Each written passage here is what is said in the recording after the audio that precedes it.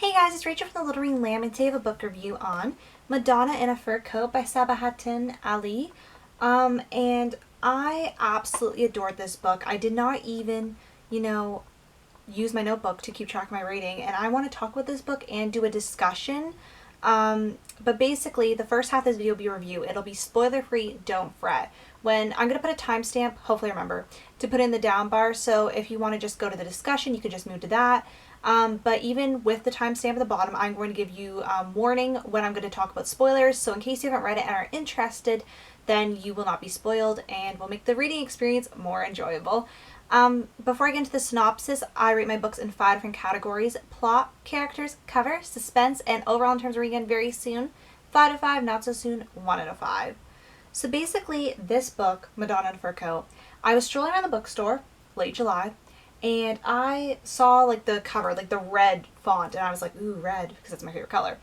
And instantly attracted me to it. Then I read the back of it, and it sounded very good. I looked on Goodreads. It has a near perfect score on Goodreads, which I usually don't base a lot off, but when it doesn't have a very descriptive descriptive plot summary on the back, I usually go for that. But basically, this is a Turkish classic. It was printed in English for the first time in 2016, so it's fairly new to at least the English language. But basically, I'm going to just read the little blurb on the back. So this is a magical novel about a Turkish man who falls in love with an artist in 1920s Berlin, recreates a vanished era, and dramatizes a doomed relationship with verve, depth, and poignancy. The result is a miniature masterpiece. This book is very small. I believe it's 166. So a very small book. So this book revolves around a nameless, I believe, because I don't remember his name, and he was a narrator. And he goes and visits this man named Raif Afande. Raif is the first name. Efendi. I watched 2 book reviews of this, but I cannot for the life of me remember how to say it, so I'm going to say Rafe. That might be wrong. And basically, the narrator goes to visit this man that he's worked with but doesn't know very much about, and this man one day has his notebook where it has a story about him and this girl named Maria and the love they shared. And you find out kind of the beginning of the book what happened to Raf's life and kind of this whole love saga that from the start, from the description, is going to be a doomed love story, which I found was very interesting, especially because you know that, but you're still hopeful going into the story. So basically, I'm going to get into, besides the synopsis, I'm going to get into actually my ratings. So plot, I give a 5 out of 5. For a classic, this is more of a modern classic. I believe it was printed in the 1940s. So I'd say modern classic. I don't know if that's the right terminology, but I don't know. Anyway, this book had so many good things. First off, it had a love story that made sense. I loved how logical the book was, but still had those emotional feelings that tethered you to the story. Because I love just logical thinking, but with emotions, because I don't like the flip-floppiness of characters like America Singer and, that kind of thing. I like a logical story that has heart, and that is exactly what this has. I loved everything the characters went through.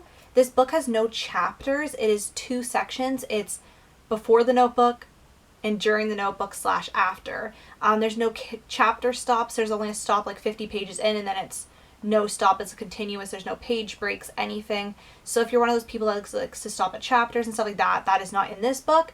But obviously you could break it up into 2 halves, just to let you know, because I was always looking for a chapter and there was no chapter. Not that that's a big deal for me, but I do prefer it.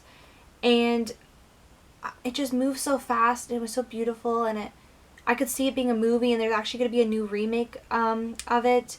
I believe it's going to be a foreign film, because I believe it's going to be filmed in France, I think, if I'm not mistaken. But I just need this movie, and it's probably not going to come anywhere near me. So I'm going to have to scour the internet for it when it comes out.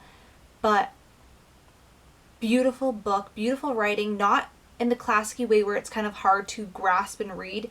It was written in such a modern way. They talk about topics such as feminism and stuff like that, and this author was very charitable to because I find in the 1940s, obviously there's a lot of gender politics they're still going on, but it was even girls or women had even less rights back then than they do now. So it was, or not rights, rights, benefits, privileges, that kind of thing. I just try not to get the terminology wrong because I don't want anybody coming after me for that, but basically he discusses the gender politics in a way where he doesn't look down on women, which is very refreshing because I find a lot of classics, like especially even reading Poldark, which is not a classic, but that's like more of a modern day story, not modern day story, but it was written in the 1950s and up. Like those books, because of the time period they're writing, are very archaic, but this part, it was 1920s, and I really liked that aspect of it because it could have been way harsh. I've read 9 books published in the 90s that were way harsher towards gender politics. This was very open-minded, which I did enjoy. It also discussed like forbidden love and how deep love goes, and lots of interesting plot points. I don't want to get into it too much because it's a short novel and it's a contemporary, so it's really hard for me to dance around what I really want to say, which will be in the discussion section. So characters, I give a 5 out of 5. I loved the character of Raph, but I also love the character Maria. Raph was more the dreamer and idealistic character, whereas Maria was more the practical, pragmatic character, and I enjoyed how they bounced off one another.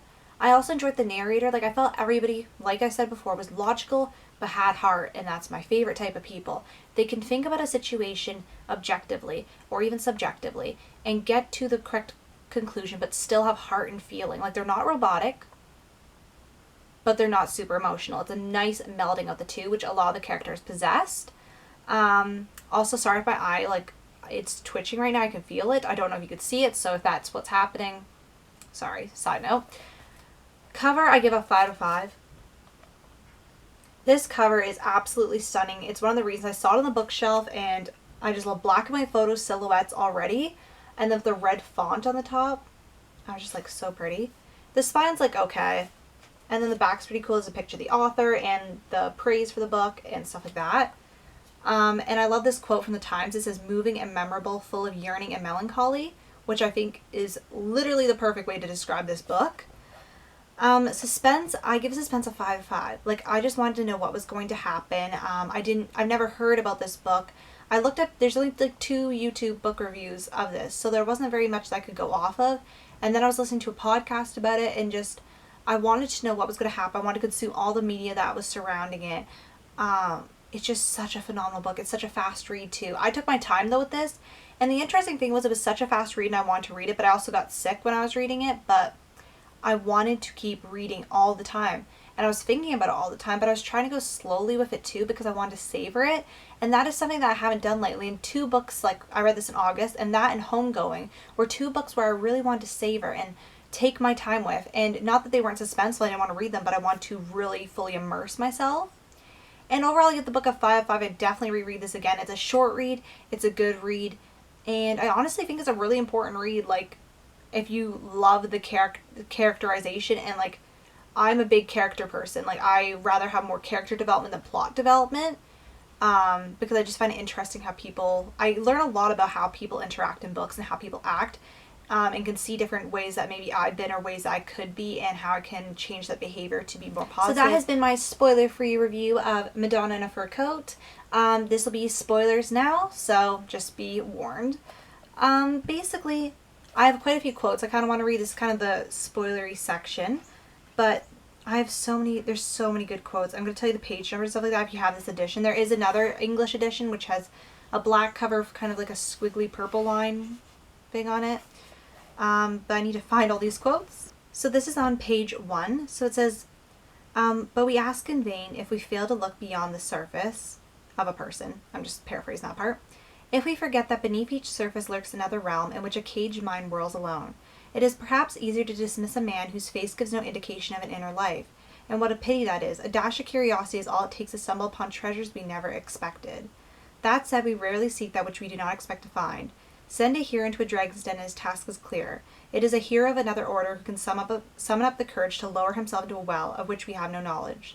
Certainly this was not the case for me. If I came to know Raph Afandi, it was happenstance. Pure and I really simple. Like that quote because it's like, everybody's a treasure, and like, this is one of the books that makes me really appreciate human nature, as much as I think that human nature is horrible half the time, and I have really strong opinions about it, but it does make me appreciate people, and especially the people in my life and people that I will eventually meet and stuff like that. Like, gives me some appreciation and some hope. So this is on page 26. So it said, still our conversations remain superficial, but this no longer puzzled me, for wasn't there sufficient pleasure to be had in silent patience, and viewing others' vices with compassion and enjoying their vulgarities? When we walked side by side, did not feel his humanity most profoundly. Only now did I begin to understand why it was not always through words that people sought each other out and came to understand each other, and why some poets went to such lengths to seek out companions who could, like them, contemplate the beauties of nature in silence. Though I did not know what I was learning from the silent man walking alongside me, I was certain that I was learning far more than I would have done from a teacher of many years. So it's kind of like what we can learn from just watching people, and even people that we're getting to know, like seeing kind of, what they're all about. Really liked that. Now another quote on page 58. So, only now did I understand what this meant. For as long as I can remember, I had, perhaps without knowing or perhaps not daring to breathe a thought, been searching for someone. That was why I had been avoiding all others. If only for a moment the painting had convinced me that I might find her, and find her soon.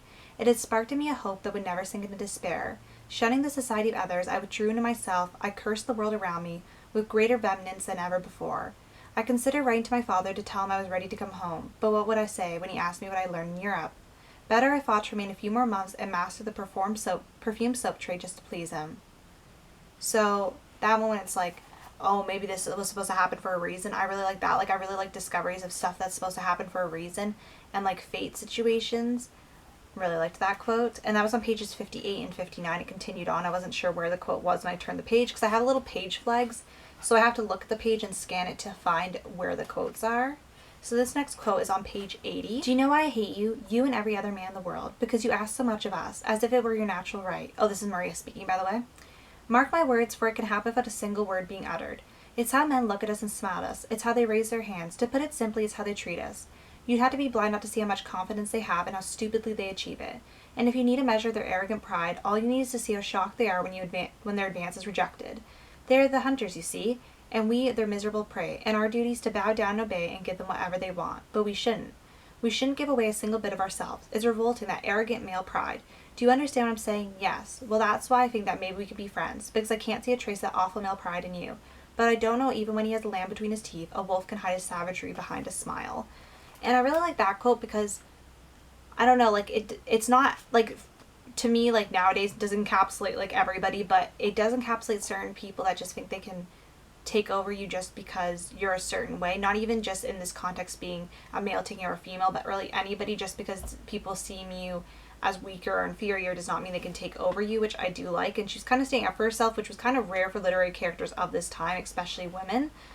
So, moving on to the next quote, page 91. Because I do have the courage, I want to make paintings that express how I see people, and sometimes I may even be successful. But that too is meaningless. There is no way for those I scorn to understand what I've done, while those who do understand are in any event above scorn. By this I mean to say that painting, like all arts, answers to no one. It falls short of its aspirations, in spite of which is the most important thing I do. That is the only reason why, I do not wish to live off my paintings. Because then I wouldn't be doing what I wanted, but what people want of me. Never, never. I would rather sell my body on the street, because for me it has no importance. And I really like that, just like mini kind of discussion about, art versus career, and art and careers melding, and how when you start doing something as a career and it's art, it can kind of take away the love for it. Now, page 92. Oh, I really like this blunt talk that Maria had when she was talking to Raph about the relationship, because I had to have this with, even with friends or whatever kind of relationship, like either romantic or not. Like, I usually have, like, whatever kind of situation I'm in, I like to be completely honest, especially as I've gotten older. I've been standing up for myself more and been less passive when certain people say stuff, and been standing up for myself and to just speak openly and bluntly, because I used to sometimes not want to shy away from saying something too controversial, but it's not controversial bad things, it's just more like my opinion and people think that's weird, So seeing how shocked I was, seeing that I was the one to be pitied just then, she put her hand on my shoulder. Don't take this personally, she said. It's just that we shouldn't shy away from speaking openly about things that could hurt our relationship later.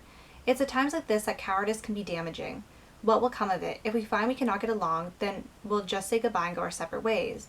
Where's the tragedy in that? The essence of life is in solitude, wouldn't you agree? All unions are built on falsehood.